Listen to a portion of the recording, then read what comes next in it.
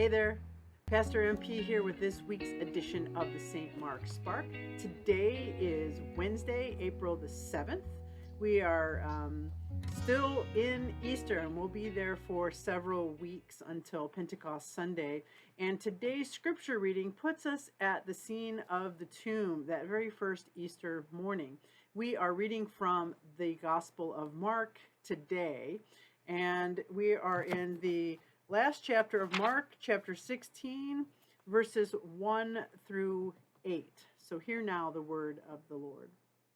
When the Sabbath was over, Mary of Magdala, Mary the mother of James, and Salome bought perfumed oils so that they could anoint Jesus. Very early, just after sunrise on the first day of the week, they came to the tomb, and they were saying to one another, "Who will roll back the stone for us from the entrance of the tomb?" When they looked, they found that the huge stone had been rolled back. On entering the tomb, they saw a young person sitting at the right, dressed in a white robe, and they were frightened. But the youth reassured them, "Do not be amazed. You are looking for Jesus of Nazareth, the one who was crucified. He has risen. He is not here. See the place where they laid him? Now go and tell the disciples and Peter, Jesus is going ahead of you to Galilee, where you will see him just as he told you." They made their way out and fled from the tomb, bewildered and trembling. But they said nothing to anyone because they were so afraid. This is the word of the Lord. Thanks be to God. Now, in the book of Mark, there are two more endings to this story. One is called the shorter ending, and one is called the longer ending. And it continues on after the women have left the tomb. But as noted in the Bibles that have those endings, these were endings that were added later to the story.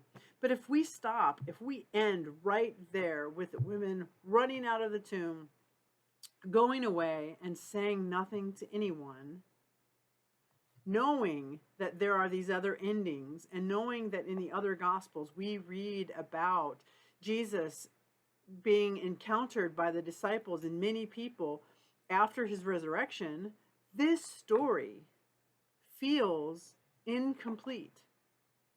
It feels like it ends too soon, that there must be more. And it made me think about this past year during the pandemic and how many things in my life have felt incomplete. For example, my father passed away, died on January the 31st, and my family and I had a funeral service for him. And yet it was a small, very small core group of people, myself, my brothers, my sister-in-laws, the grandchildren, and the pastor. There weren't a lot of friends there. The normal flurry of activity with a visitation and a luncheon and all that comes with that was not there.